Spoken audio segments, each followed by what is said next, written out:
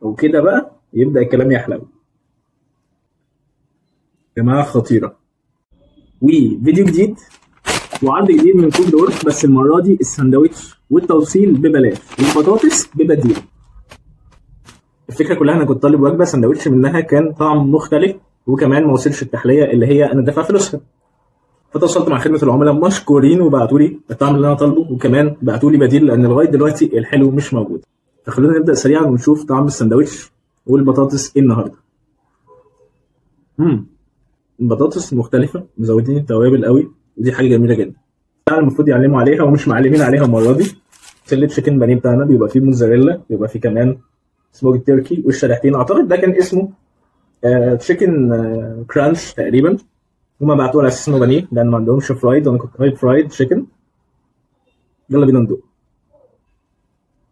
لونها ممتاز. كمان سموك تركي كواليتي والنظافة باينة جدا فوق الممتاز. فيها سنة حرقان، ولكن لو ما بتحبش سبايسي ما تقلقش لأن هي مش كبيرة. وكده بقى يبدأ الكلام يحلو. جماعة خطيرة، كواليتي الصوصات وكمان مع الكاتشب ظبط كل حاجة. ويلا بينا نضيف البطاطس. الصراحة البطاطس بتاعتهم عالمية. أنا في كل فيديوهات كوك دور فعلا البطاطس دي أنا مش بعرف أقوم منها بسرعة يعني.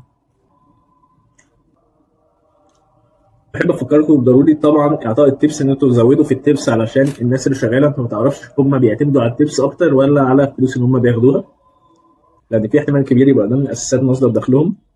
فانفع غيرك وربنا هينفعك. ولو ما حسبناش التبس يبقى كده التوصيل ببلاش، الساندوتش ببلاش، والبطاطس ببديل الحاجة الحلوة.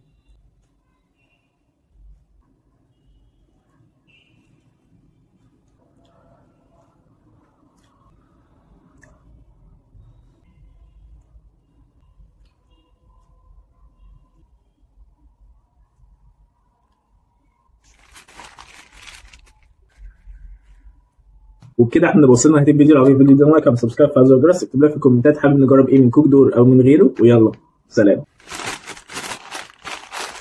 حاجة نشربها بقى.